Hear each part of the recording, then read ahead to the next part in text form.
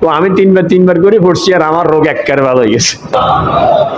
আপনি যাই নামাজ বিছাইয়া 2 রাকাত নামাজ পড়ে আল্লাহর কাছে বলেন, সরাসরি আল্লাহ তাআলা আপনাকে দিয়ে দিবেন।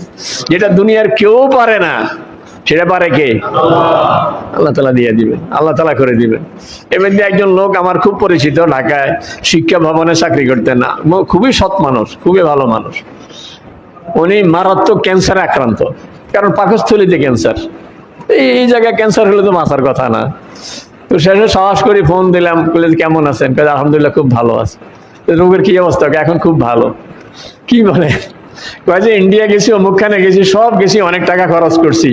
শেষে একজনে বলল যে সূরা আনআমের 17 নম্বর আয়াত, ওয়াইয়ামসাসকাল্লাহু বিদুররিন ফালা কাশিফা লাহু ইল্লা হু ওয়াইয়ামসাসকা বিখাইরিন ফাহুয়া আলা কুল্লি শাইইন কাদির। কয় এই আয়াত প্রত্যেক নামাজের পরে 3 বার পড়বেন।